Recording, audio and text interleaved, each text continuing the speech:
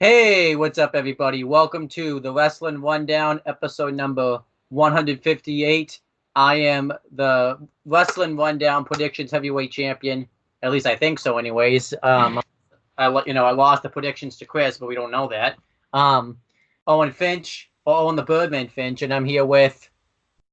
Hello again, everybody. It's been a while. I'm just a simple man, and I believe hashtag 205 Life Matters, and my name is Noah Foster. And we got some big stuff to talk about. We're going to talk about NXT TakeOver 25, which took place a week ago, and then we're going to talk about, just some 205 Live and NXT UK stuff. Not necessarily reviews, but just kind of the recent happenings of what's going on in those shows, because NXT UK is pretty big now because they have the, NXT UK TakeOver. What's it called? What's it called again? Cardiff. Cardiff. NXT UK TakeOver Cardiff. So that's going to be interesting. But let's start with, NXT TakeOver 25 first. This was the 25th anniversary of NXT TakeOver. Holy cow. Unfortunately, the only thing that sucked about it was I felt some sadness watching this show because it was literally in New England, in Connecticut. It was like 2 hours away from me, but I couldn't find anyone to go with. So, Go by yourself. I'm a loner, man. You got the crowd with you. That's enough of a freaking companion. I did that for freaking Fastlane and had a hell of a time with a guy next to me. That's just your way to make a friend and find a new wrestling fan, too. Be a loner. It works for me. Maybe I'll do it next. Maybe I'll do it next time. Well, I had to work that day though too, so I got out at like I think I got out at like 3, so I wouldn't have gotten there in time anyways. So so it kind of worked out that way anyways. But anyhow, let's talk about NXT TakeOver 25. This was the 25th anniversary. Now, before we actually talk, any quick thoughts you have about it, Noah, before we actually break down the show? 25 of these damn things. And Arrival, because Relation remembers that. Every time you think that this show cannot do better, they go a step further and higher. This was by far my favorite NXT TakeOver, top to bottom of all time. Simple as that. Yeah, definitely. And I think technically Arrival doesn't count because it's not technically a takeover. Arrival was just like worldwide. But it was the birth. It was the birth of what became NXT TakeOver. 5 years, man. 5 years this brand has developed and become this juggernaut. A true alternative. I don't know about but a true alternative to sports entertainment. 25 of them now, and I can't wait for number 26 in August. I can't wait. Cow, what a show. Oh, because you're going to be there for 26, too. That's right. I'm going to be at NXT TakeOver Toronto 2 live with no DQ. So that's going to be the best. Also, too, like, it was pretty cool. Like, they pretty much, like, did this, like, around the same week, like, the first, like, ever TakeOver was, like, it wasn't the same day, but it was, like, the same week, because obviously, Saturday fell on a different day. Right. And I believe they did like the first takeover like on a because NXT used to be on Thursday, so they did the first takeover on like a Thursday. I believe you're correct. Now you're talking about NXT Arrival or the very first NXT takeover? The very first NXT takeover. Oh, okay. I know it wasn't Saturday because it was on the same night where NXT used to come on. I believe you're right. NXT did start on Thursdays. Yeah. So, yeah. A lot of people forget about that. The NXT used to be on Thursdays. Technically, it was just on Wednesdays. No, it was first takeover was May 29, 2014. That was a Thursday. Yep. So let's start off by talking about the show. We're gonna talk about the dark matches first, which is this week's episode of NXT because they technically take place the same day as Takeover. So I always like to break it down that way. That's smart. And the commentary for the show was Beth Phoenix, Mauro Ranallo, and Nigel McGuinness. I do gotta say, though, overall, the commentary was awesome throughout the whole show. Like, they were really on point for all the matches. I think Beth Phoenix is really transitioning very well with being on commentary full-time with Mo and Nigel. Because, I agree. And I think she's a lot of people might, disagree, but I think she's better than Percy because half the time Percy never really had much to bring to the table. So I actually think that she's better than Percy Watson because she's actually able to bring something to the table. Um, All so right. yeah. All right, but let's start off with talking about the dark matches. First, we had Keith Lee versus Kona Reeves. Keith Lee's back. This is was well, I mean, this was like his second match back in the company. Um, yeah, I know you're gonna have to go audio. Now it's starting to come in crappy on my end. Starting to come crappy. All Yeah, right. Sorry about that, folks. I don't know what's going on with his end because it's perfect on my end, but as long as y'all can hear me, that's all that matters. yeah, People know who I am by now. yeah, and then plus they can see a picture anyway. So Yeah.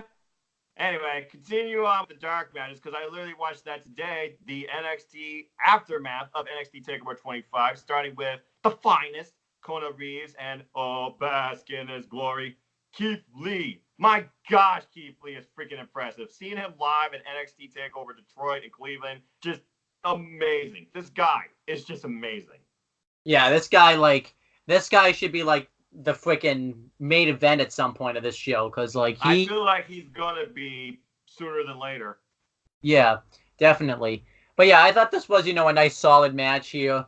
They both, Keith Lee gets the advantage throughout much of the matchup because of his power onto Kona Reeves. Because even more when Ella had to even say like it doesn't take much of a brain IQ to figure out that like Keith Lee is going to have the strength advantage in this matchup because that was clearly obvious. He never let go of the freaking man's wrist until the man faked tweaking his knee. Even when he tried to get out of the ring, he deadlifted him over the ropes and maintained with control the entire match practically. Are you kidding me? Yeah. But then eventually Kona Reeves gets the advantage for a little bit. But obviously that didn't last long because, No. Keith Lee. And I even like, when Keith Lee's like attacking him, um, you know, Keith Lee, like, Kona Reeves tries to run off the ropes, but Keith Lee grabs him by the wrist. And Yep. Keith Lee's even said, "Don't ever touch me like that again." And right after he says that, Keith Lee just touches his wrestling like that again. Like, um, and then Keith Lee mounts a comeback. He hits his wicked pounce, and then he hits the pretty much jackhammer. Limit breaker. Huh? They call it the limit breaker. Which makes sense because his whole gimmick is he always limitless. So makes sense. Limitless. That would be the name. Yeah, I thought this Yep. was a pretty decent match. I think Kona Reeves is starting to improve a little bit in the win. I still think he needs a little bit of work. He's still very green, but I think he's getting better. Mainly because he's wrestling people like Keith Lee, Matt Riddle, and such. So I actually think it's helping him become better. So I give the match Yeah. 2 3/4 stars. I thought it was a decent match. What about you, Noah? Any, I guess, thoughts you have about it? I mean, it was your average run-of-the-mill match. There was no way I saw Keith Lee losing. Plus, it's the second time these two have gone one-on-one. I will say this. The finest is at least getting more TV time, and his character is actually gaining heat because he's supposed to be a heel. This match was pretty good, but as far as since he has a little bit more character development, I'm going to be a little kinder. 2 3/4. We behave at the same rating, actually. So there you go.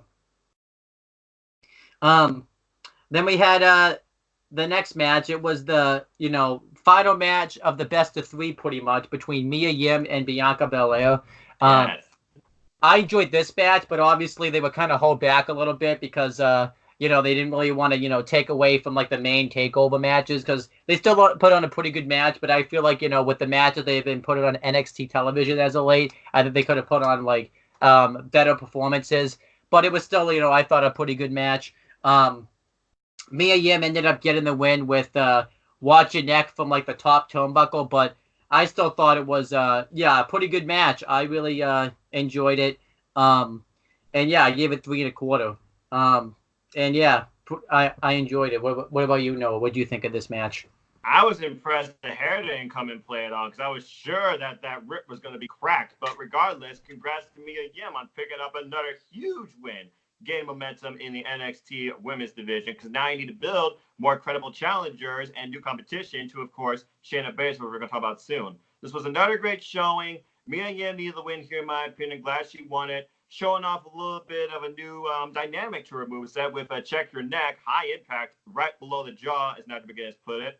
But a very nice match overall. Both women, they showcase what they're capable of. And once again, women wrestling at its finest. Definitely was at least 3.5 for me. Yeah, definitely. And one spot I forgot to talk about that I really liked in this match was when Bianca Belair went for the powerbomb, just like she tried to do on like NXT, and this time she like tied her ponytail up so that way Mia Yim couldn't grab it. Yeah, a callback basically, trying to prevent the same outcome as last time, thus developing this story and the chemistry and the knowledge and awareness they have of each other in the ring. So good on Bianca Belair. Yeah, definitely. And I'd imagine this is pretty much the end of this trilogy of matches because they pretty much, did everything that they could do. So, yeah, I liked it. And then we had the pre-show, and we had the panel of Charlie Caruso, Sam Roberts, and Pat McAfee. Probably the best panel of WWE today, mainly because Pat McAfee and Sam Roberts are awesome, and Sam Roberts actually looked like he's enjoying his life by going here instead of the main roster shows. And that's because he's allowed to be himself and speak what he truly believes versus being scripted. Why people give him such harsh crap. That's called being a fan. Shoot, mad kudos to him. And I'm glad that he does this. And I agree. This is probably the best pre-show panel you can get. I bet though No DQ is not a fan of WWE saying he's the last professional broadcaster though, because I bet No DQ just shakes their head at that because they're really not. So probably a few people do, but I'm impartial. And who got interviewed on the panel but Tommaso Ciampa, which was pretty cool. The Black Heart. He basically just breaks down the NXT title match, but he doesn't really do that. He just basically says that he's coming for whoever the champion's going to be. Yeah. And he talks about how how he's happy that Johnny Gargano finally won the title, but Johnny Gargano's getting into that champion mode because he talked about how he was in like Cleveland for a week and he hasn't really been wrestling much, and it could come back to haunt him, which it kind of did. Yeah, he talks about how no matter who it is, he's going to beat them for the title when he comes back. I thought, and they did mention too, like, how he's doing a lot. He did update us on like, his recent surgery, how he's doing there, and he can basically do non-compete stuff, which I thought was going to tie into the match actually, but it didn't. So yeah, it was good to see Tommaso Ciampa. He looks like I figured he'd be like in a neck brace still, considering the fact that I heard the surgery that he had was pretty extreme. But yeah, he looked a lot better than I thought he would. He ended up like jumping up on the panel because everyone was happy to see Tommaso Ciampa, and it was awesome to see him. So what was your thoughts on seeing Tommaso Ciampa? It was absolutely wonderful to see the Black Heart, and personally one of the best heels in wrestling history, back where he belongs on NXT TV. He won Scotty Bet, but he also brought a key point, observing his best friend and the main event, how Johnny Gargano's been relaxing in Cleveland and basking in his victory, while Adam Cole, baby, has been putting in the work. He basically pointed out how this does not feel like the same Johnny Gargano he was in the ring with, and if this isn't the same Johnny Gargano, he was likely not to retain the title. So it was a little bit of foreshadowing of things maybe to come. So again, it was great to see him back. It was great to provide his analysis on tonight's show, especially the main event. But overall, it's just great to also hear that his health is getting better, and I hope that he does return to the ring one day.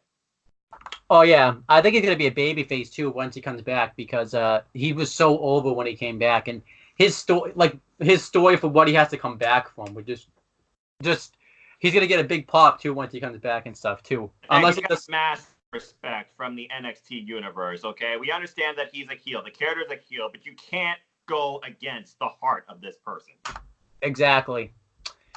But then we had the show, and boy, did we have a show.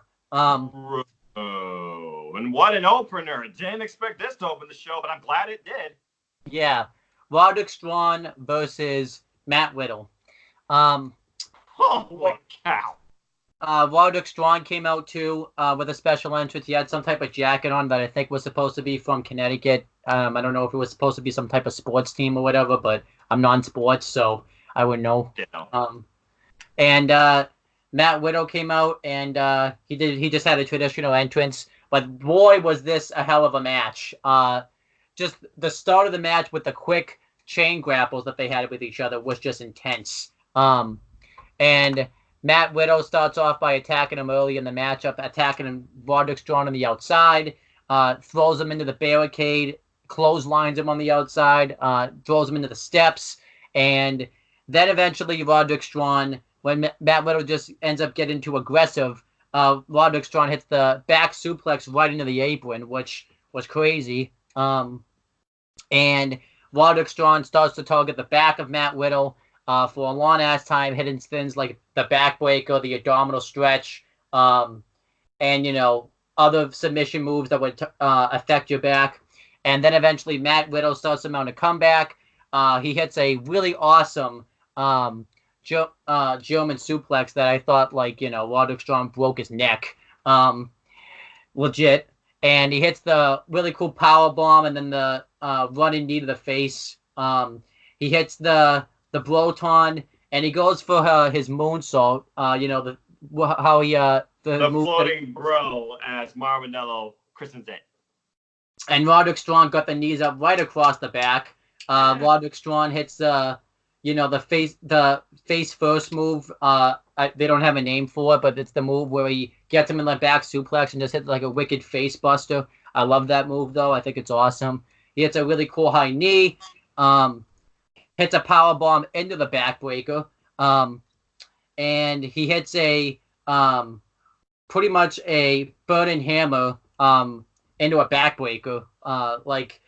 If Roderick Strong's back wasn't destroyed in this match, I would be surprised. Not Roderick Strong, Matt Riddle's back wasn't destroyed in this match. I would be surprised. Roderick Strong hit a power bomb, and of course, don't ever kick out of a power bomb when someone's holding your legs, because then that person's going to turn into a Boston Crab. But pretty much you don't have a choice because you'll take the risk of losing the match. But, I guess Matt Riddle was willing to take that risk. Matt Riddle tried to get Roderick Strong into the Bro Mission. He actually ended up getting it on him, but he didn't have the move fully in onto Roderick Strong. So because of his back, so luckily Roderick Strong saved himself. But Matt Riddle continuously hit elbow drop after elbow smash after elbow smash right onto Roderick Strong, and then eventually he hits the Cradle Tombstone. Yeah, which is I believe Molinello called it the bro something because that's his gimmick, bro. But yeah. I forget exactly what he called it. But it was pretty much like a reverse neutralizer, pretty much right onto Roderick Strong. And he ended up getting the win with that, which I didn't expect at all. I actually thought Roderick Strong was going to kick out of it. So I'm guessing if that was like his, finisher number 2, I would complain about that because obviously that would put away anybody. But yeah, I thought this was a great, really back and forth technical matchup. I gave it 4 stars. It was a great match. What did you think, Noah? Bro, I can't believe this was the opener of this show and not pre-main event. No offense to the women. Yeah. This was a hard-hitting affair, and that's putting it lightly. You pretty much nailed the match to a T. And shout out to CBS Sports, by the way, who covered this as well, who I also been looking at too. Great source, by the way. Yeah, basically you covered everything from Riddle getting your second 2 count in after a number of times, though. Strong just fed up. He just eats elbows and the step of insecurity for a super close count that threw the crowd into a frenzy. And then we had power bombs, backbreakers. We had turnarounds into a Boston Crab. We have remission that almost gave him the win, but it didn't. But once again, showing the dynamicism of Matt Riddle and how well these two work together. He didn't win a submission. He won with a pinning attempt after hitting that Cradle Tombstone. Both men looked incredibly strong in this match. And even though Roderick Strong, he lost, I still say he won. There was not a single flaw with this match, and I'm still not over that crazy suplex spot from the apron. Deadlift German suplex. I could talk about this match all night because this is personally one of my favorite matches this night. And I honestly mean that. There's nothing I like more than 2 technical wrestlers that know how to beat the living daylights out of each other. 4 stars for me as well. What an incredible match. Yeah, exactly. And I'll let you break down the next match, which was the ladder match for the vacant NXT Tag Team titles. Ah, jeez. I mean, someone called this the reincarnation of ECW. I highly disagree, but the crowd was probably as high as an ECW crowd.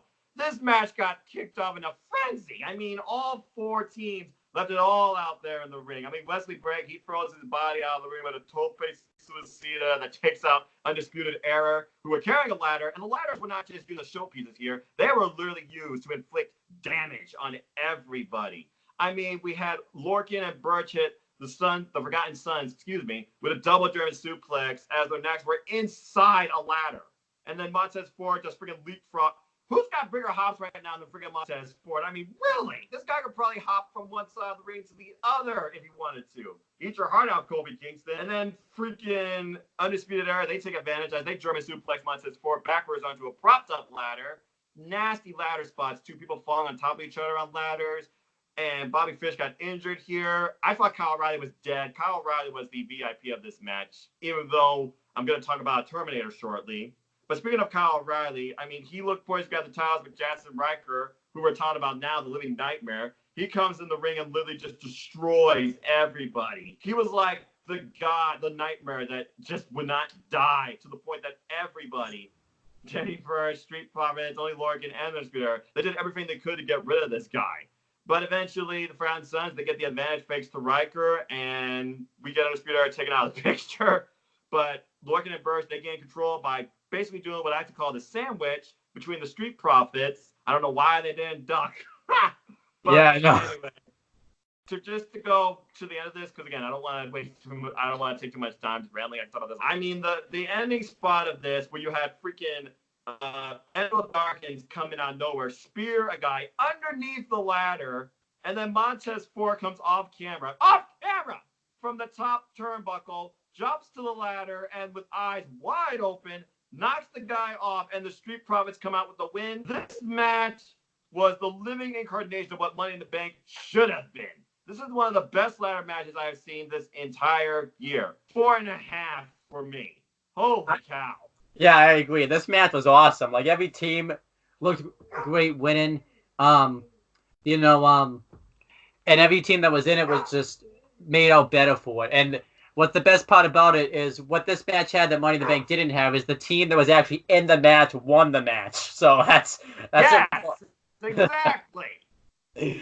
But yeah, Street Profits win, which I thought made sense because I mean, really it could have been any of these teams. Maybe not so much Lorcan and Burch because they were kind of a wild card pick, but I wouldn't have complained if they won. Undisputed Era, I don't really want to see them be champs right now. They were champs for so long, you kind of need to start something new. And then Forgotten Sons aren't really ready for that yet. So I actually thought it made sense for Street Profits to win because they were technically the ones that pinned the champions before they gave up their titles anyway. So, and it is true. And I believe who's been a team longer, them or Undisputed Era? Because I think it's the Street Profits, correct? I'm sorry, what was that? You said who's been NXT longer? I think it was Street Profits. And keep in mind, this was the Street Profits' first NXT takeover, and they came out as champs. Yeah, I don't think that's ever happened. Well, actually, no, it has happened before. It has happened before, but this was monumental for everybody involved. And congratulations to the Street Profits. Hold that Red Solo Cup high, everybody. They earned that victory, and I can't wait to see what they do now as champs towards the NXT Tag Team division. NXT Tag Team action at its finest. Wow. And I'm not going to forget the Forgotten Sons after this, especially Riker. Yeah, exactly. No one's going to forget Riker. I didn't forget Riker originally anyways, but no one will forget him. After that performance at NXT TakeOver 25 last night where Riker literally destroyed everybody and then everybody teamed up to try and take him out, no one's going to forget the name Riker, even though people still may call him Gunner. Yeah, exactly. Then we had...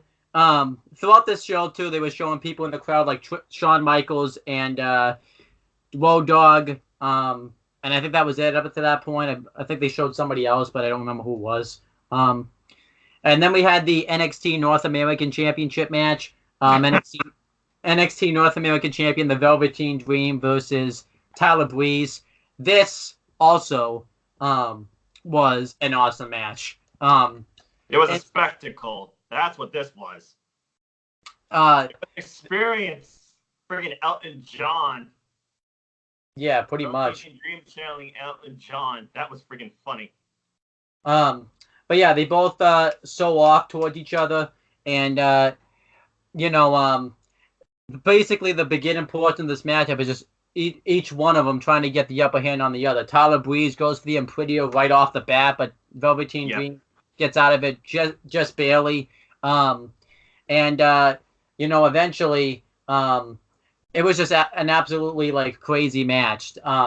Tyler Breeze went for the Impredio 3 times in this match, but Velveteen Dream kept reversing it. You had the Dream Valley Driver happen like literally out of nowhere in this match. Velveteen Dream hit the super kick from the outside. He bounced Tyler Breeze's head off the table, and he does a selfie as Tyler Breeze is laid out on the announcer's table, which I thought was awesome. To injury. Which also with his belt too, like right there too.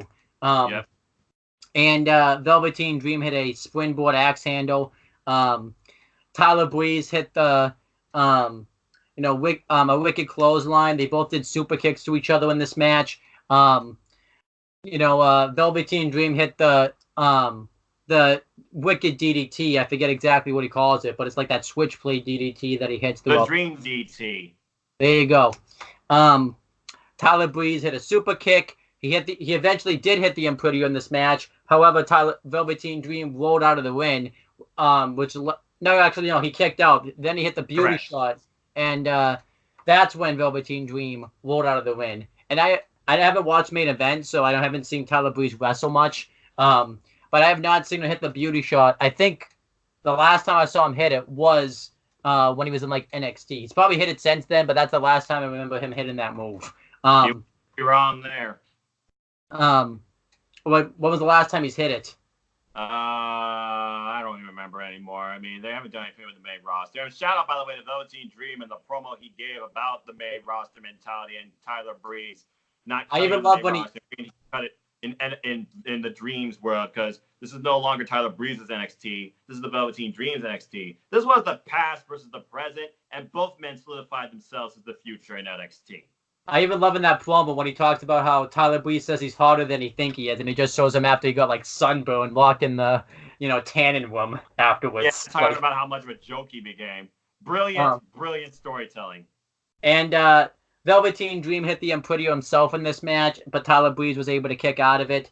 But then eventually, Velveteen Dream, when Tyler Breeze, had hit the booty shot, tried to put Velveteen Dream back in the ring. But, Velveteen Dream was just pretty much dead weight and he was unable to. And Tyler Breeze knew he had to, break the count or else he wouldn't win the title. So Tyler Breeze demands the referee stops his count. But Velveteen Dream, behind the ref's back, tries to hit him with the title, but Tyler Breeze blocks it. And the referee, sees the title, so he takes it away. And it allows Velveteen Dream to hit the Dream Valley Driver into the Purple Rainmaker for the win. And Velveteen Dream retains the NXT North American title, which makes sense because Tyler Breeze's purpose in NXT should be to put over the new talent, and that's exactly what he's doing. But Tyler Breeze and the whole story of this match too on the pre-show, they were talking about how Tyler Breeze couldn't hang with the new talent in NXT, and he definitely proved that he could hang with a new talent in NXT. He proved it here, and he also proved it in his World Collides match with Roderick Strong not that long ago. So, and then afterwards, the best part of the match. Which is, kind of a way to show up respect to each other. Tyler Breeze finally takes a selfie with the Velveteen Dream, which was absolutely awesome. So this match I gave 4 1/4. I enjoyed it more than the first match just because I thought this match told a little bit of a better story, but I still thought it was a great match. What about you, Noah? Any thoughts and any additional thoughts you had that I probably missed in this match? It was completely opposite of the first one, like you said. I mean, the first one was about physicality. This one was telling a story. This was more about demonstrating what both these men bring to NXT and how NXT has shaped and changed, but you don't forget where you come from and what you're capable of. Tyler Breeze put on a hell of a showing. We got all the classic moments with the beauty shot and the supermodel kicking, "Don't touch me!"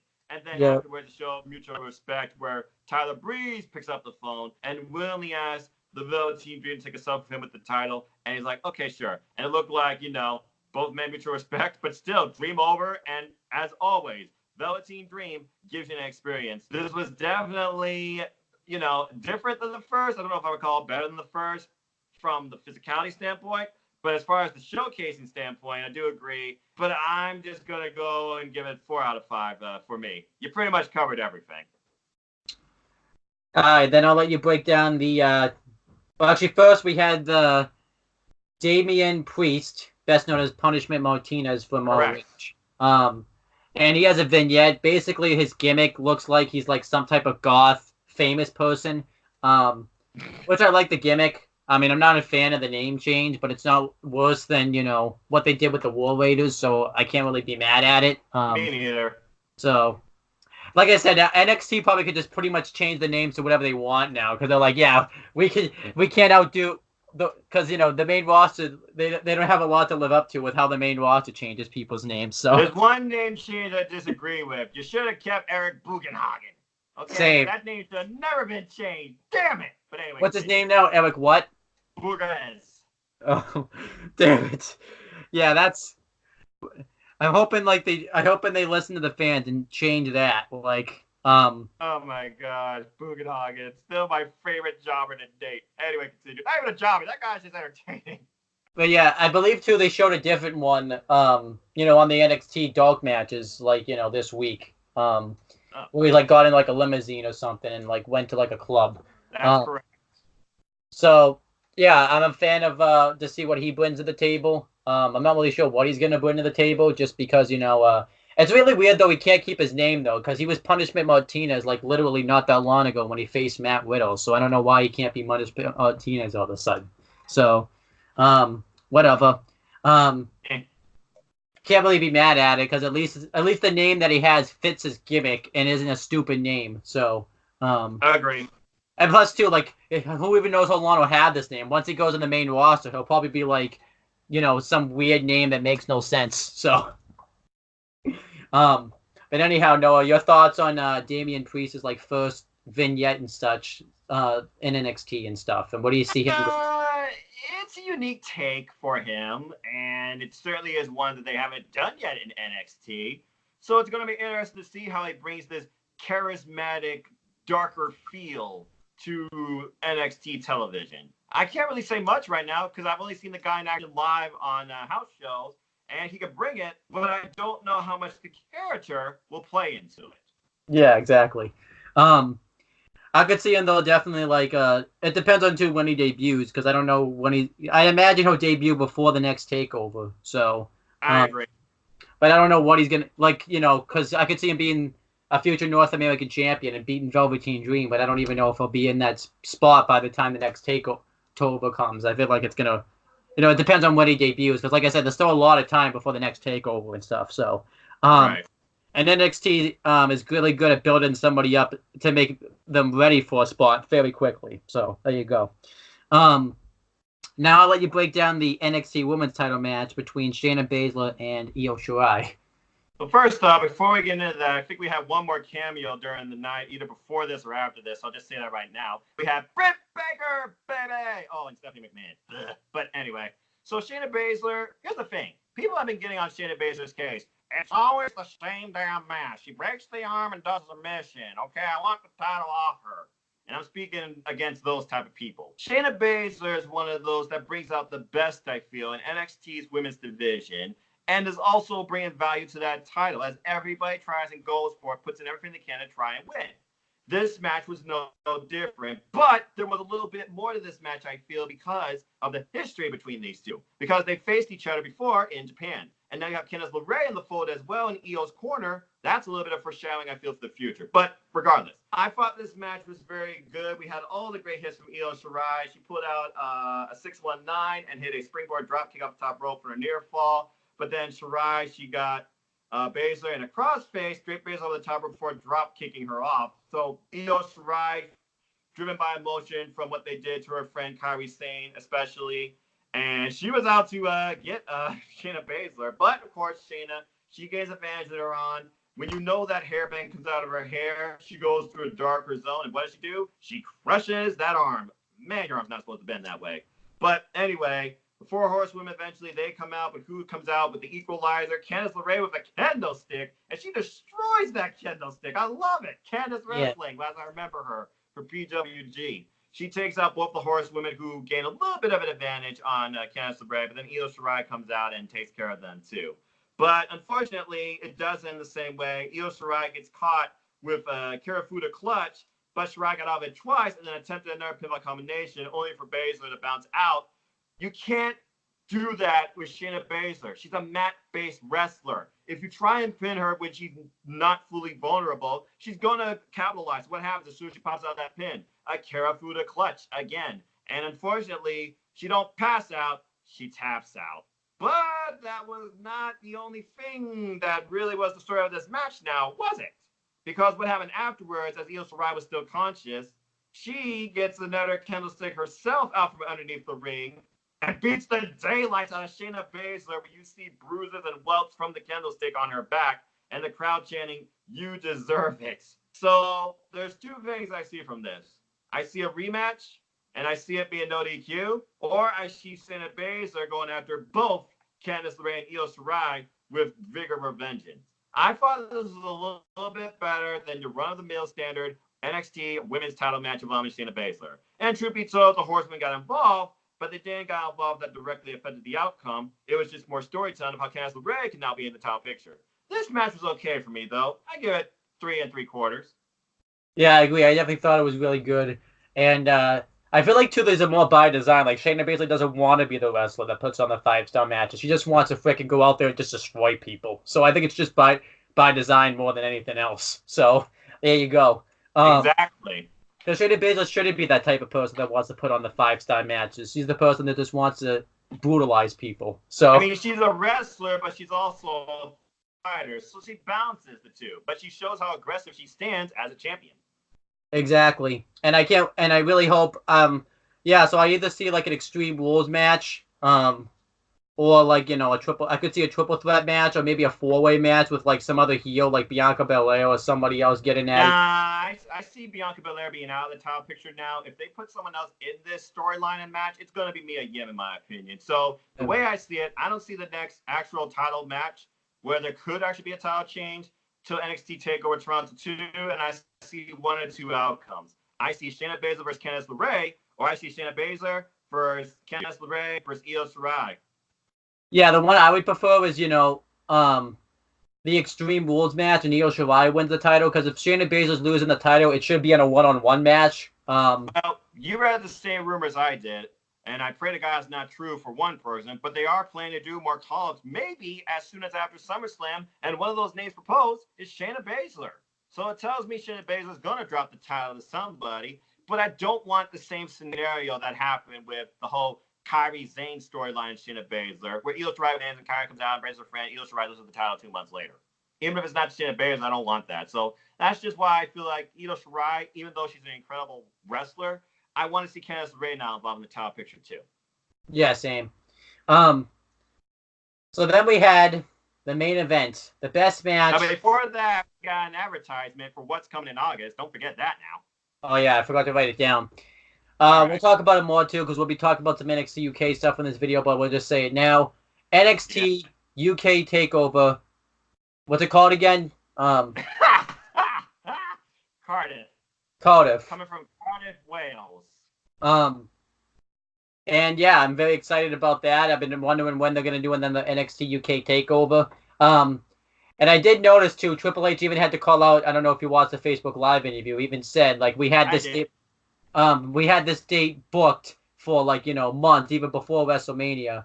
Correct.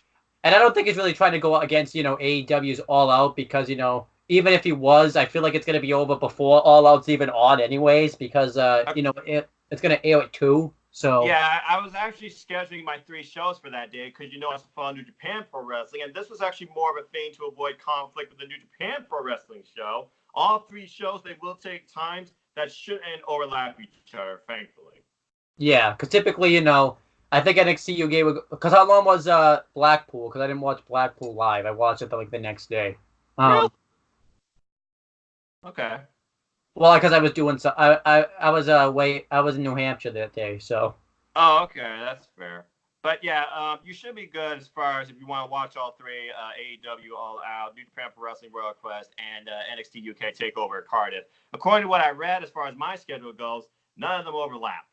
Can you imagine, by the way? And then again, based on the content of the show, you might miss 30 minutes from one of them. Can you imagine, by the way, too, if Chris Jericho wins the IWGP title?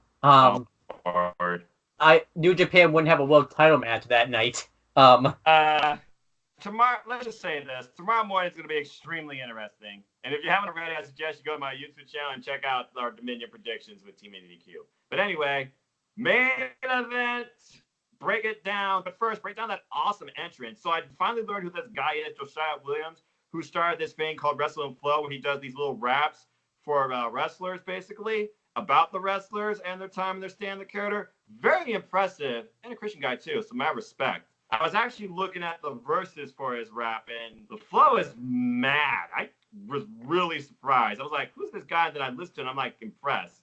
I'm not going to rap it for you. Don't get me to do that. That'd be too much. It'd be like walking in the arena as I'm shutting it down, raising the bar, and I'm not a rapper, so don't worry about that. But yeah, break it down, man. This was probably the best NXT match this year, and probably Johnny Gargano's best match ever. Yeah, this was a hell of a match. It broke the Meltzer scale for WWE. I'm just saying. Yeah. So the match starts off. They both start chain wrestling each other, and Johnny Gargano destroys Adam Cole throughout the beginning portion of this matchup. He picks apart his arm throughout like the big most of it, like does a double stomp off the apron, and he does his like cannonball from the apron onto Adam Cole. Baby! Johnny Gargano goes for the Gargano escape, but Adam Cole rolls out of the ring. Adam Cole goes for the last shot. Johnny Gargano ducks just to kind of show, that they're both kind of in evil playing fields with each other. They could hit this move at any point in time, which that ties in throughout this match. And eventually, Johnny Gargano ends up injuring his knee in this match because Adam Cole jumps and does like a knee drop, like right across the back of his knee. And Adam Cole just mercifully picks apart Johnny Gargano's knee throughout like the rest of the match, pretty much. Which I obviously love that type of stuff. He does things like the reverse Texas Cloverleaf, the half Boston Crab, things like that. And then eventually, Adam Cole goes for the Panama Sunrise, but Johnny Gargano counters into the sit-out powerbomb, which I didn't expect that at all. I thought that was awesome. I even love too, I believe it was like early in the match, like Adam Cole tried to go for like his enziguri, like he does like through the ropes, and Johnny Gargano completely saw it coming and just stepped away, just kind of like, That's correct. And so Johnny Gargano definitely showed like he was, even though he had been wrestling and active as a champion, he definitely did not lose a step in this match, because that was kind of a big storyline coming into this match. Captain Marvel, Johnny Takeover brought to life. Yeah, pretty much. And then, Johnny Gargano starts to mount a comeback. He hits the enziguri into the slingshot spear, which sometimes it's tough to know if he hits that spear because there's so many ways to reverse that slingshot spear. And then Johnny Gargano gets the Gargano escape the first time, but Adam Cole gets to the ropes immediately. And then I know this happens at some point, but I'm just going to mention it now. They pretty much had a super kick. This was a real super kick party in this match. Like, damn right it was. What did they do? Gargano did one, then Adam Cole did one, and then they did one like together, and then they like fell outside the ring, and then they both did one like outside the ring, and I think I probably missed some, but like they pretty much did like 5 super kicks like in a row on each other, like pretty much, yeah. And then they get back into the ring. Adam Cole hits the backstabber when Johnny Gargano goes for like some type of like springboard move. We don't know what he was going for because Adam Cole caught him into it. So that, and obviously Gargano kicked out of that. Adam Cole hit a Hushi-Kuroshi number 2, which is that suplex into the knee of the head that he hits. Correct. And, it's technically not a Hushi-Kuroshi, but, I'm just going to assume that it is because Morinalo said it was, and Morinalo knows all when it comes to wrestling. So I'm just waiting for the Morinalo reaction video. Just put that on YouTube, please. Yeah, because there was at some points where I think I saw him, like, out of his seat in this match. Yes, he was out of his seat. Crazy. I love this guy. He is the living embodiment of a fan. I love it. Man, I really wish, like, he didn't have, like, the bipolar stuff that he had, because he's really needed on the main roster right now, because Vince McMahon, no matter how often he would try, cannot ruin this guy. He tried his best, and he failed. You can't break this spirit. You can't break Morinalo. This bipolar rock and roller will keep on doing what he does, and thank God he's still staying at NXT. But continue. Yeah, but then Adam Cole, after Gargano had the Gargano escape, Adam Cole turned it into the figure 4 leg lock, and you thought that. Actually, I don't think no one should have thought this that Johnny Gargano was going to tap out. Because if you thought Johnny Gargano was going to tap out, then you've never watched a Johnny Gargano match in your life. Apparently. So Johnny Gargano reversed it into the reverse figure four, but Adam Cole immediately gets to the ropes because he was right there. And then Johnny Gargano hits a super kick in midair right onto Johnny Gargano. That was awesome. That was cool, by the way, but you're fine. Yes, that was a sick spot. Ouch. And then he does the power bomb into the last shot. Johnny Gargano kicks out. Johnny Gargano does the springboard DDT. Adam Cole kicks out.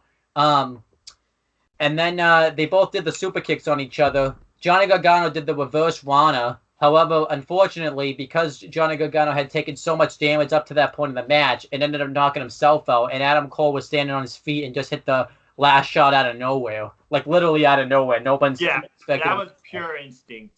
The story here was a damaged knee. That's for sure.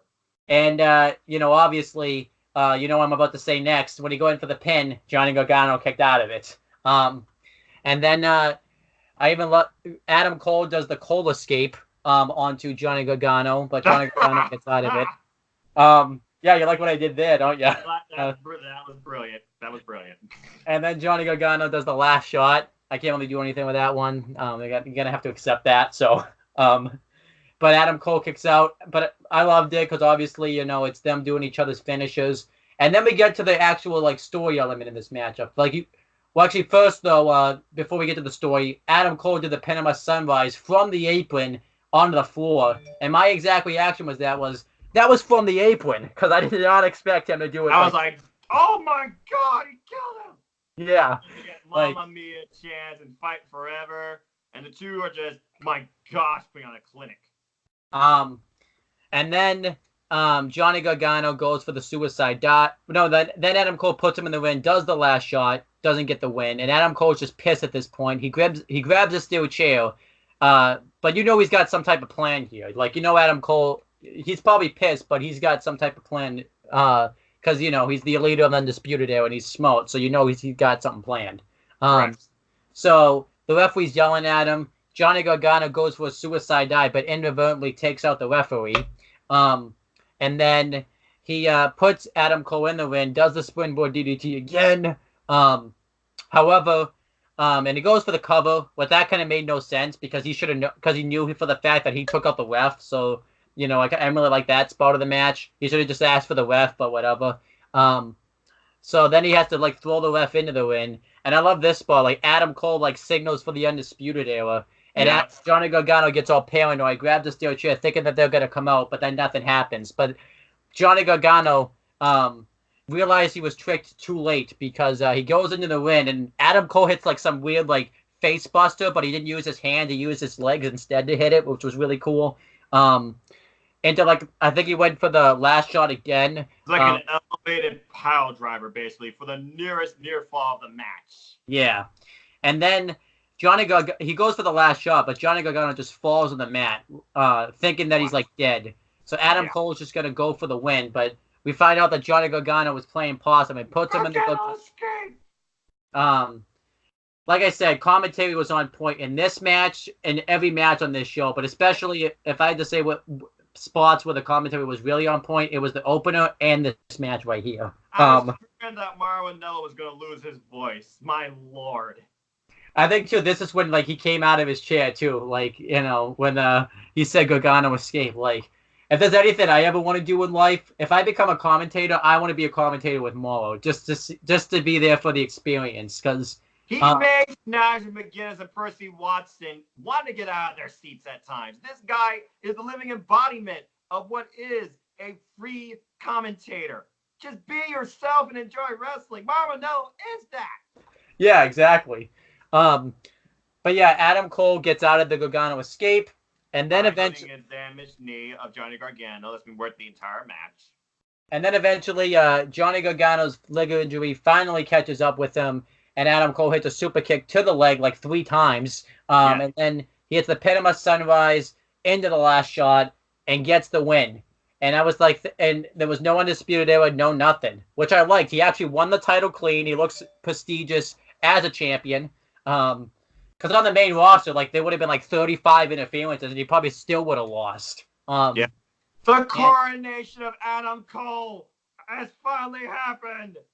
and then the rest of the Undisputed Era come out, and they do their pose with Adam Cole holding the title. And I guess Bobby Fish legitimately got injured in the ladder match because Yes, it was a he sling did. match, which kind of sucks because that kind of puts that whole every Undisputed Era member holding the title. I'm surprised it was his arm that he hurt though, because I was concerned about him going into this ladder match with his, because he's still wearing the knee brace from the torn ACL. So honestly, I'm surprised Kyle O'Reilly didn't have anything on him. I thought the dude was dead part of the match. Kyle O'Reilly is freaking living embodiment of the immortal one. Yeah. But this match ruled. It's not quite 5 stars though, because I live in the value model where if you have to ask yourself if it's 5 stars, it's not 5 stars. Very close. I think I like the first match better just because I thought the story was better, just because it was Gargano's first title win. You were waiting for that, but this was still awesome. I gave it 4 3/4, and probably if we were gonna do a match of like best WWE matches this year, this would be like in the top 5. Adam Cole, baby! This was freaking phenomenal. Truth be told, this story you feel like was just Johnny Gargano was Adam Cole too. I felt it was more than that. I feel like this was finally the moment, the time, the ending to the story of Adam Cole becoming NXT champion, baby. There was not a single flaw with this match. Incredible storytelling, incredible physicality, incredible emotion, and incredible commentary. This broke the scale for me. Now, I don't remember what Meltzer gave it, but bottom line, like I said, I'm pretty sure right now this is probably in my top 5 too, but this is probably my favorite NXT match of all year. 5 1/4. Freaking fucking incredible. Congratulations, Adam Cole and Johnny Gargano. And keep in mind, this is Johnny Gargano. Johnny Takeover's like 15th consecutive takeover match. He is NXT takeover. I think he's had the most takeover matches too now. That's correct. So there you go.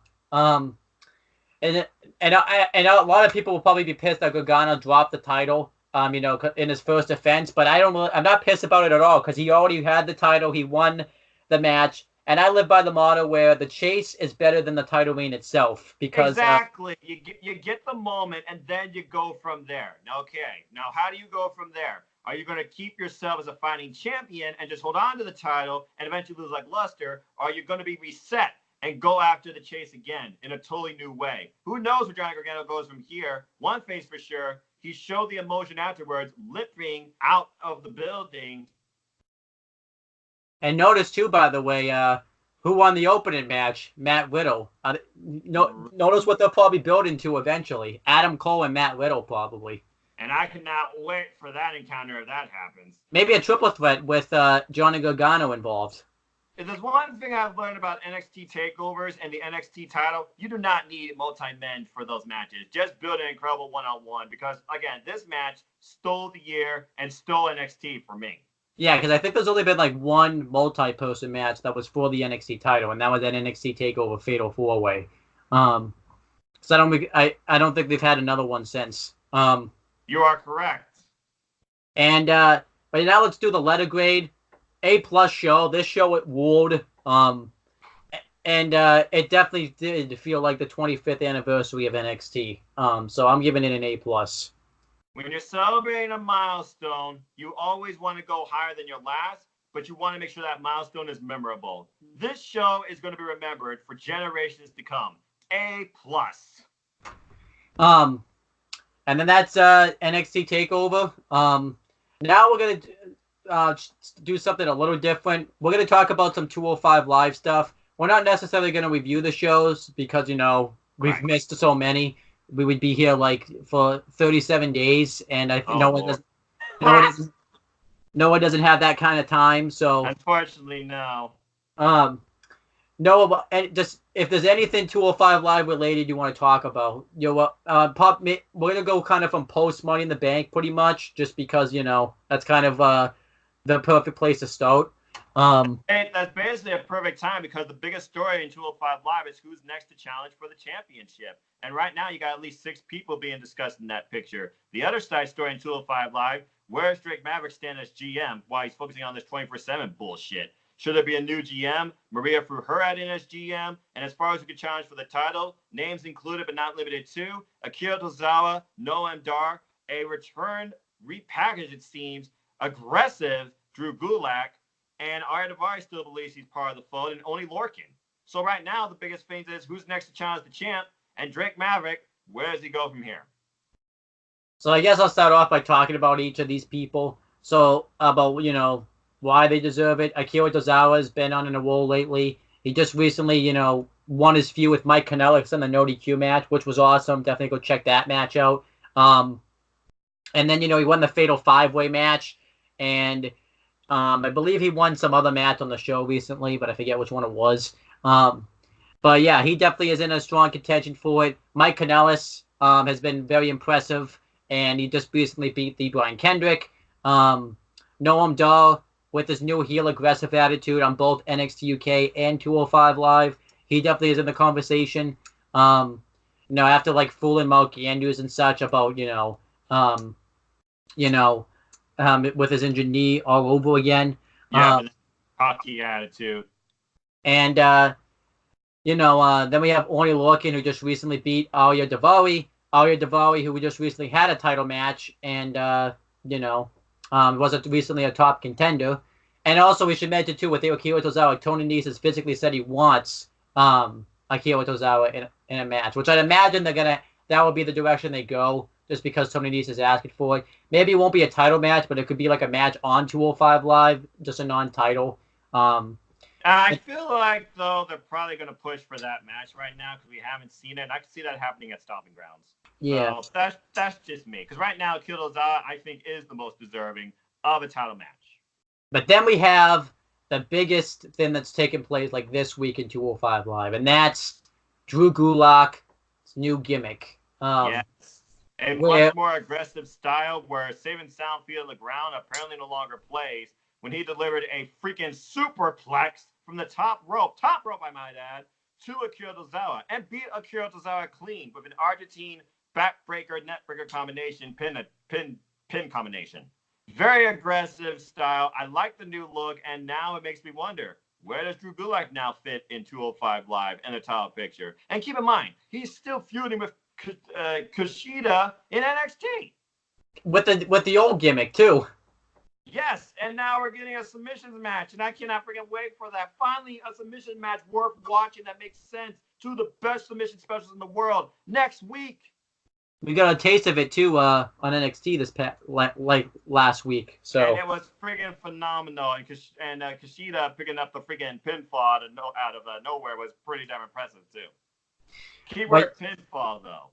I mean, that is what kind of was weird for me. Like the commentators on 205 this week, and it's not their fault because NXT's taped on delay. They were saying, "Where's Drew Gulak been?" I'm just like, he's been on NXT the past 3 weeks. Like, but I try to separate 205 Live and NXT worlds when it comes to storylines with certain people when they can. So I respect that. But again, the other side story that commentary kept putting over throughout the whole shows and still are. Where is Drake Maverick's focus? Better be on that 205 Live show, not the freaking 24/7 that crap title.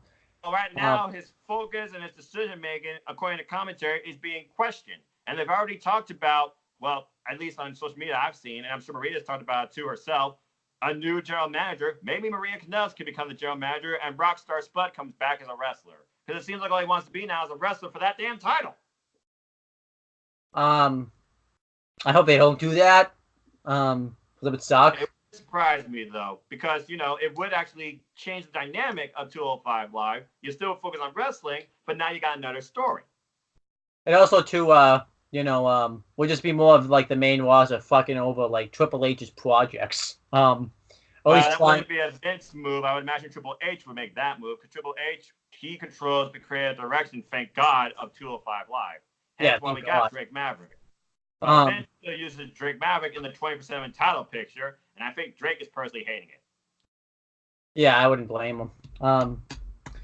But yeah, let's hope though that they just leave him in 205 Live and they get rid of. I just personally would like them just to get rid of the 24/7 title because it just. How are you intrigued by the 24/7 title? Because you've been watching more of the shows than me, or am I just It's trying to be a hardcore ripoff, okay? We've had a title change under the ring, in a golf course, and in an airplane, and R-Truth has locked himself in an airplane bathroom to prevent any more title changes. And he's lost the title now to Elias and Jinder Mahal. Twice! He's currently the 24/7 champ. This title is freaking ridiculous, but I guess if you want a laugh that's at least 30 seconds long, more power to you. I could care less.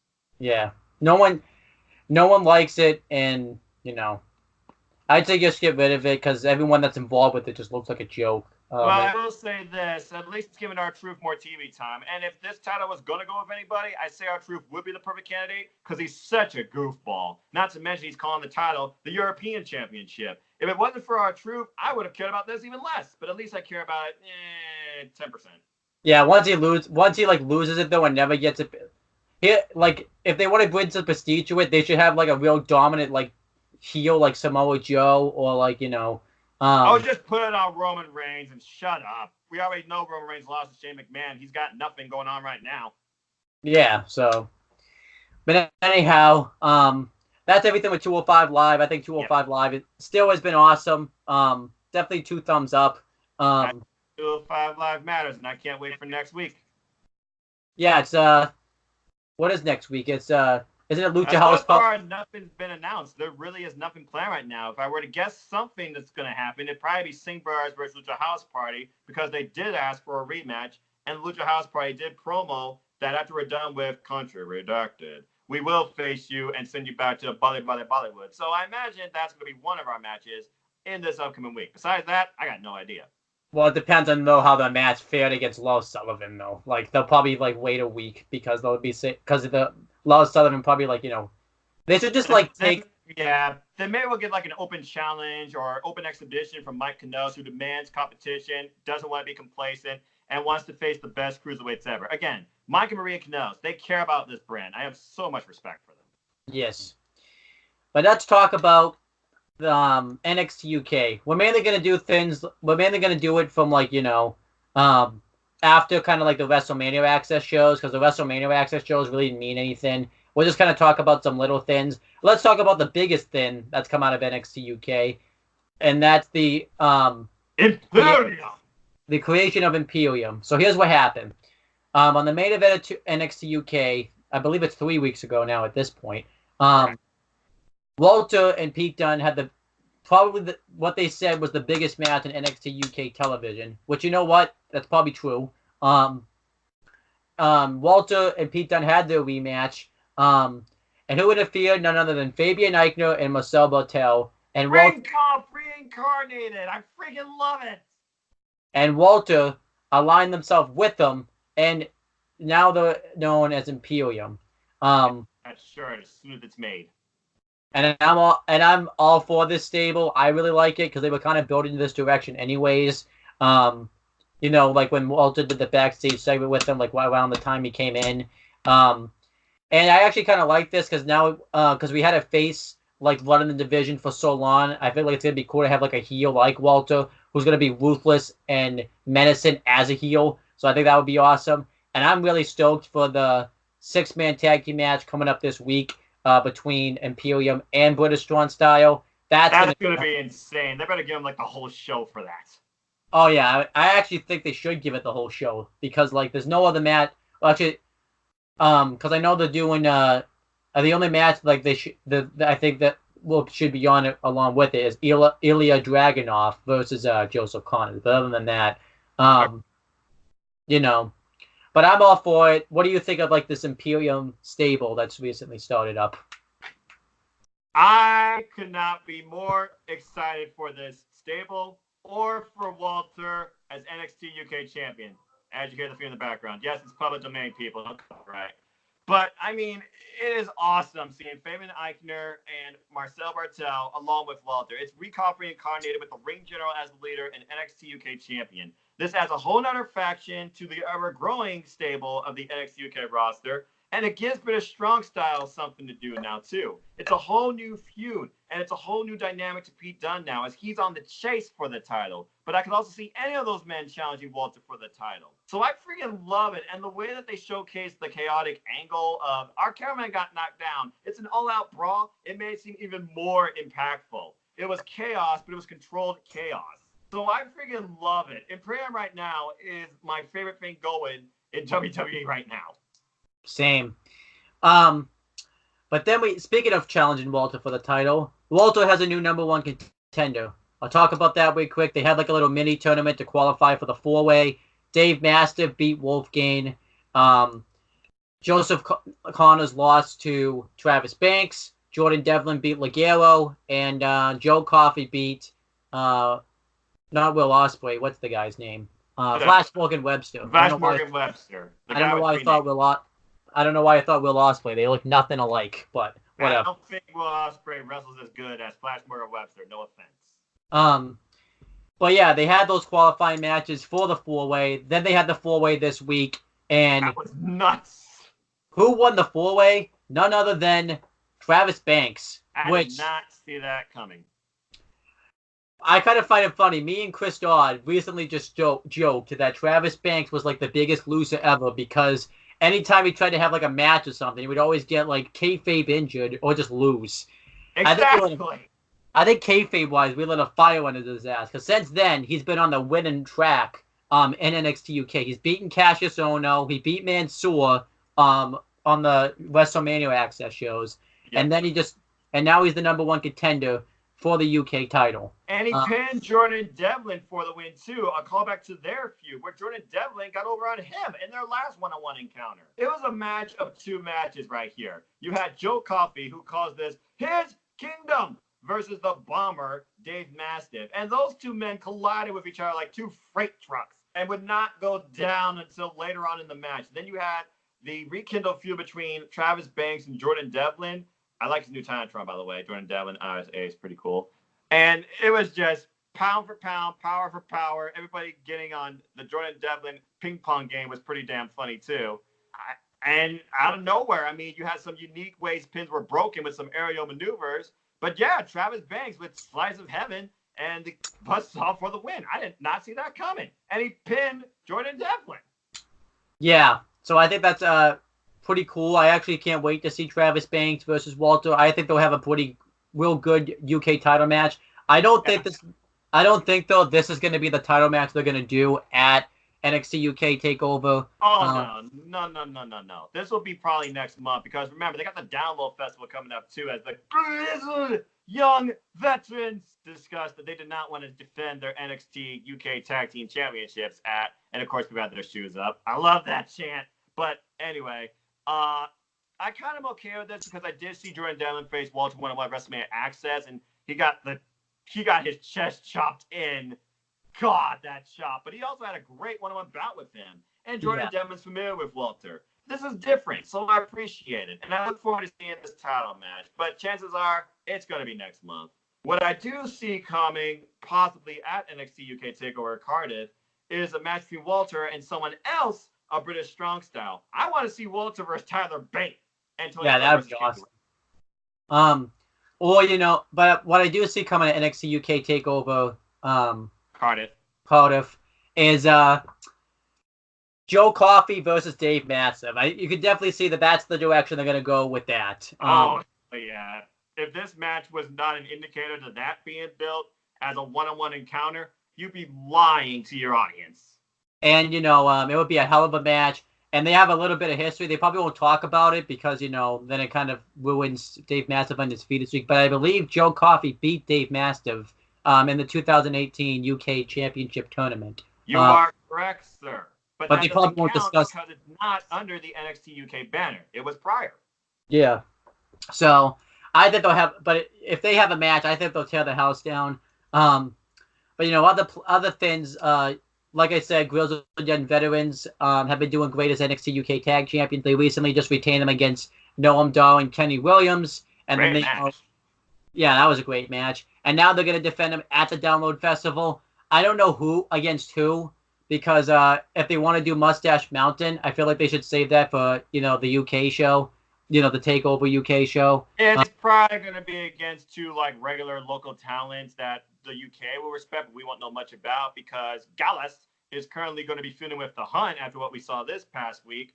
And honestly, I can't see another tag team worthy right now of facing the Grizzled Young Veterans. They haven't done anything to do one. Maybe the only other team I could see is Mark Andrews and Flash Morgan Webster. But Yeah, we already seen that though, and I think they lost. So, but I mean, locker room leaders, they also agree with people on how the Grizzly Young veterans look at the locker room. So, I guess I could see that happen. That could be a good match. I like to see the Hunt. I wouldn't mind seeing the Hunt. That would be wild. The Hunt Yeah. is freaky, and I like it. But I'm pretty sure we're going to get the Hunt versus Gallus before that. Um, and then just some. I don't know if you won that week of NXT party, but what do you think of? I mean, obviously he's only had one match so far in the brand, but what do you think of Ilya Dragunov so far? That dude is the definition of someone with poise and intensity. I've never seen anything like him. What a unique talent added to the NXT UK roster. He impressed me, but he also puzzles me. I have no idea what else to expect, but I look forward to seeing more, and I definitely see him winning against Cassius Ohno.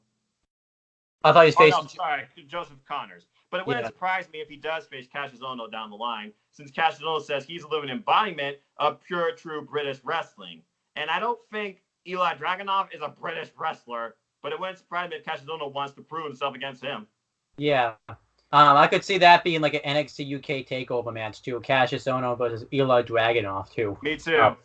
It wouldn't surprise me because, again, I see 5 matches here because that's the formula for NXT UK takeovers and NXT takeovers. You're going to have the women's title, you're going to have the tag title, you're going to have the main title. There's no mid-card title, so we're going to have 2 filler matches, 2 showcase matches.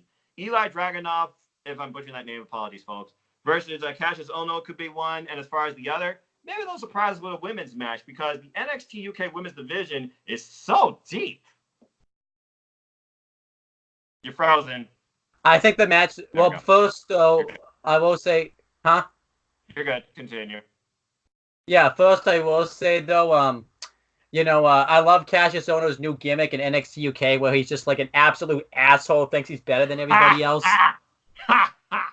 Yeah, and I don't know. I feel like too, like he just fits better in NXT UK than he did in NXT. Maybe because he was he was a small fish in a big pond in NXT, so that's why he really wasn't doing much. But I think Cassius Ohno is awesome in NXT UK, and what I really like this match with Jack Gallagher and the way he won too. A lot of people will crap on that finish, but I feel like the finish fits him just because he says that he's the pure wrestler of NXT UK, and the fact that he's winning cheaply like that, I think fits him really well. And the fact that the ref came in play for that too, because the ref didn't see Jack Gallagher's body clearly underneath the bottom rope.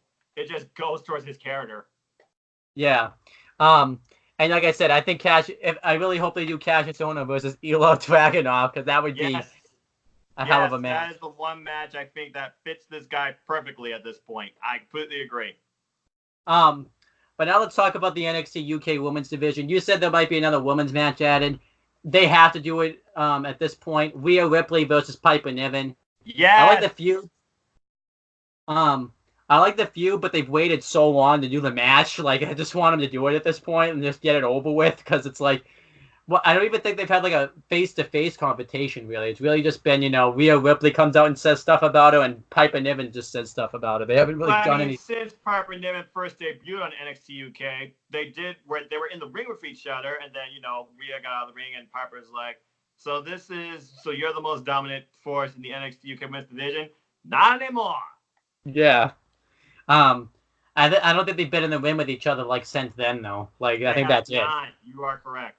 So that's like one of the flaws of the WrestleMania or the Royal Rumble Access show, is it takes away from the build of NXT UK, because they probably would have had a match by now. So, yeah. But good things come to those who wait. And I mean, yeah, you got those two that can definitely tear the house down. I'm waiting for their first one-on-one encounter. We got tag teams forming in NXT UK Women's Division, it seems, with Xia Brookside and Ela Dawn, one of my favorites, versus what now seems to be a business relationship between Ginny and Jazzy Gabbert. Didn't see that coming. And then, of course, you have the developing story, I feel, for the women's title picture. And this match I can't wait for, because I've seen it at Square Go, even with great finishes. And they have so much history with each other. I cannot wait to see Toni Storm versus Kaylee Ray for the title.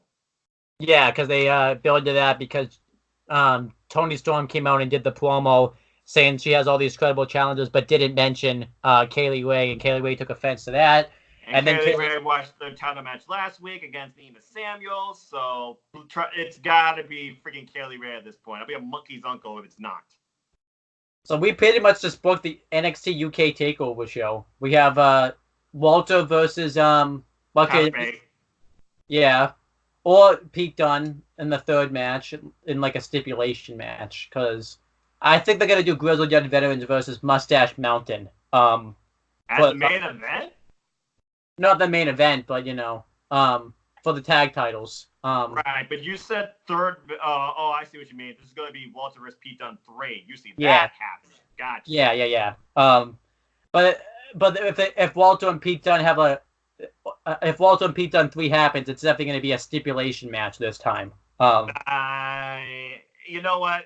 At this point, it probably has to be maybe 2 out of 3 falls because the two men have faced each other one-on-one, and technically, Walter has gotten the best of Dunne on both occasions. Dunne needs the win, but do I want Dunne to have the title back? I don't know. The NXT UK Championship is the most unique title treated right now in the WWE banner. You went from a guy that had the title for near 700 days to now a guy that has a faction backing him up. Yeah, exactly. So, and then you have, but other match, they're probably doing Toni Storm versus Kaylee Ray. I think that's and then they're gonna do hopefully Rhea Ripley versus Piper Niven. And then hopefully Ilya Dragunov versus Cassius Ohno. Please do that. NXT UK Takeover card. Book it, Triple H. Yeah. Oh, and as far as cameos, send Nikki Cross to freaking NXT UK. Well, yeah, I hear she's like forming a tag team though with like Alexa Bliss, but still. Oh Lord. Is that bad? That can barely wrestle is now known for a freaking mug. Well, there you go. Yeah, because like I said, I've you know more about the main roster right now, Noah. I don't know anything, so. Oh yeah, get ready for Stomping Grounds, aka Rematch Clash, aka Rerun Rematches. We got 4 matches that are all rematches, and one of them is freaking Alexa Bliss versus Bayley for the SmackDown Women's Championship. Damn it all! How did that happen? She won a freaking triple threat #1 contender against Carmella and freaking who's the other damn blonde? Charlotte. Oh. I guess I missed a lot. I feel like you know what's weird though? Like watching the main roster, I feel like I've missed so much, but don't feel like I've missed a thing at the same time. Look, like, if it wasn't for the fact that I play predictions game with you and no DQ and keep track and scores, I wouldn't be watching main roster. But it's come so bad right now. The only way I watch Raw and SmackDown live is on my computer through a stream from Sky Sports in a mute small window, and I watch someone else on my TV. I've been watching Stardom, I've been watching Defiant, I've been watching Ring of Honor, I've been watching New Japan Pro Wrestling, I've been watching Impact, I've been watching Beyond Wrestling, and I can go on and on with other wrestling I have been exposed to myself for watching. That's all 100 times better than Raw and SmackDown Live. I bet, yeah. Hey, pretty soon AEW is going to be on that TV screen. Finally! What, we have it's up till the fall, right? Yes, that's correct. But in the meantime, we still have 3 great shows to look forward to. We got Fighter Fest this month, Fight for the Fall next month, and All Out next month. A summer of wrestling. Yep. We'll save all the AEW talk for tomorrow's show because because if we talked about AEW right now, I'd be ready for it, but I have to rewatch the show because I haven't seen it in 2 weeks. So. Yeah, fair point. I would have to look at probably like CBS Sports or Bleacher Report or just highlights because there's so much to discuss on that show that you can make a discussion out of. You can make a 2-hour podcast on that show alone. Yeah, so I'd be not to mention how many people might be joining you. I think there's gonna be 3 other people on with us. So. Oh my God, we have a fatal 5-way panel. That's gonna be one of the longest rundowns to date. So worth it. Maybe we should we should probably do it at 6 instead, probably, because if we do it at 8, we'll be up till like 2 in the morning. So. Yeah, I agree. We'll talk more tomorrow. But with that, I think we're done here for the night, aren't we, sir? Yeah, we just basically talked. Maybe we should just like just review these shows instead of like the main roster, because I feel like we have more fun when we exclude main roster out of it. Like, I completely agree 100%. I wouldn't mind doing that because 205 Live, NXT, and NXT UK are the only reason I still am subscribed to the WWE Network. Simple as that. I mean, I think the only thing we should watch is just the main roster pay-per-views, and then maybe like, because I'm conducting. I'll just say this now. I'm conducting an experiment. I'm not watching main roster again until Topic runs. I'm gonna see if my point's correct that you don't need to watch any show going into a pay-per-view. We'll see if I'm, shooting myself in the foot with that or what. Basically, you're saying you're only going to watch the pay-per-view and you're going to predict the pay-per-view card when it comes to you purely based on what you think is going to happen, but you have no idea what's been happening on the main roster. Well, you already got 4 matches to think about, so let me just tell you. You got Alexa Bliss versus Bayley, you got Kobe Kingston versus Dolph Ziggler, you got Seth Rollins versus Baron Corbin, and you got Drew McIntyre versus Roman Reigns. Again? Yep. Control-C, Control-V. Aha! This entire pay-per-view right now is nothing but pointless rematches. So I feel like I did myself a favor not watching Blood Money 3 because you extremely did. Basically every match on that show is a rematch. Correct. Well, except the woman matches. This woman match is a freaking rematch though that destroyed Bayley. Remember? Yeah, so it could happen again. Exactly. And I bet too, Bayley's already signed a If Bayley loses the title at Stomping Ground, she's probably already signed a contract. And what's even worse, as you pointed out, is Nikki Cross is Alexa Bliss's corner most likely. Nikki Cross might be the reason Bayley loses the title. We'll save this talk for another day. Like, oh my gosh. I'm getting angry, and I don't want to get angry. I got New Japan Pro Wrestling Dominion on in a few hours, so I got to get happy. I'm so ready for that shit. But anyhow, Noah, anything you want to plug or promote? What the hell? I'll keep it simple. For those of you who want to know more about me, know this. I'm just a simple man and a lifelong fan of wrestling. Keyword wrestling. If you want to follow me and talk anything wrestling, look me up, nodq.com/Noah. Takes you to my Twitter page. Or follow my civil YouTube channel here at youtube.com/users/NoahFoster210, where you'll find my weekly series, hashtag 205 Live Matters, reviewing 205 Live every week and the Cruiserweights and Cruiserweight Wrestling and the division, as well as pay-per-views and retrospective predictions on, as well as retrospectives and pay-per-view predictions on stuff outside WWE, primarily Ring of Honor and New Japan Pro Wrestling and Impact right now. I'm currently learning Defiant and Stardom World. And just keep following NotiQ.com on all your social media platforms. Go to their official site, comment on something, make a friend, make an enemy, be a troll. I don't know what hits your boat. And as always, I'd like to close. Support your wrestling house, big and small. And let's keep growing this wrestling community together. Simple as that. And support the Talkinator, the Birdman, Owen Finch, and the Wrestling Rundown as well. He does a great job. Yeah, pretty much. Subscribe to my channel, CM Brothers and Owen the Talkinator. Also, subscribe to this channel, Wrestling Fortune 44.